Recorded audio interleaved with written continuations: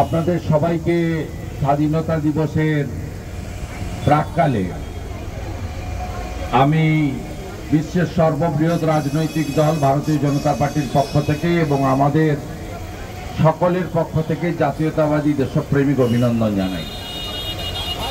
অত্যন্ত ব্যথাতুর হৃদয় নিয়ে আমরা আড়ম্বর বর্জিত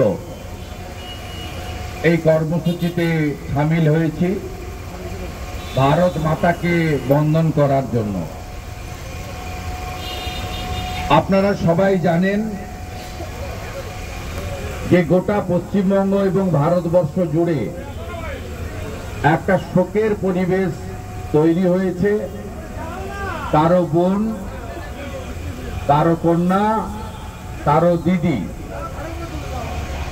আমাদের এই রাজ্যের অত্যন্ত প্রতিভাবান একজন ডাক্তার বোনকে নরখাদকরা নৃশংসভাবে ধর্ষণ করে খুন করেছে। এটা আর পাঁচটা মহিলা নির্যাতনের মতো নয়। আমাদের ভারত সরকারের মাননীয় মন্ত্রী গিরিরাজ সিং বলছিলেন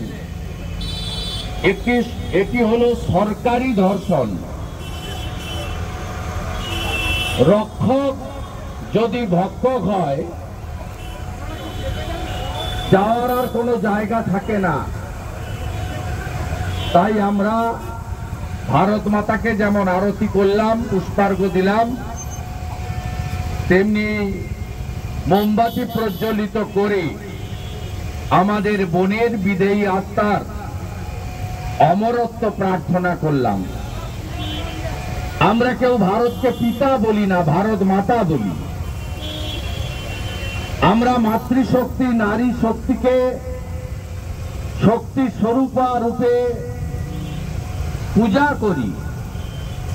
আর বাঙালিদের ক্ষেত্রে মা দুর্গা, তার পূজা, নবরাত্রি পালন আমাদের এটা পরম্পরা ধরে চলে আসছে। তাই মঞ্চে উপবিষ্ট অনুপম বাবু, স্বপন দাশগুপ্ত মহোদয়, মোহন দা এবং অন্যান্য সমস্ত বিশিষ্ট জনকে, আয়োজকদেরকে, আমার ভারতীয় জনতা পার্টির সমস্ত সাথীবৃন্দকে আমি রাষ্ট্রবাদী সনাতন সংস্কৃতির ঐতিহ্য মেনে আরেকবার গৈরিক শুভেচ্ছা জ্ঞাপন করি। আপনারা জানেন ভারত মাতাকে, ভারতকে দুর্বল করার জন্য ভারতের ভিতরে এবং বাইরে দুটো জায়গায় একসঙ্গে চক্রান্ত চলছে। আপনারা সবাই জানেন যে আমরা যারা হিন্দু সনাতন, আমাদের একমাত্র আশ্রয়স্থল হচ্ছে ভারতবর্ষ। এই ভারতবর্ষকে দুর্বল করার জন্য প্রয়াস এবং চেষ্টা প্রতিনিয়ত আপনারা দেখতে পাচ্ছেন। নরেন্দ্র মোদীজির নেতৃত্বে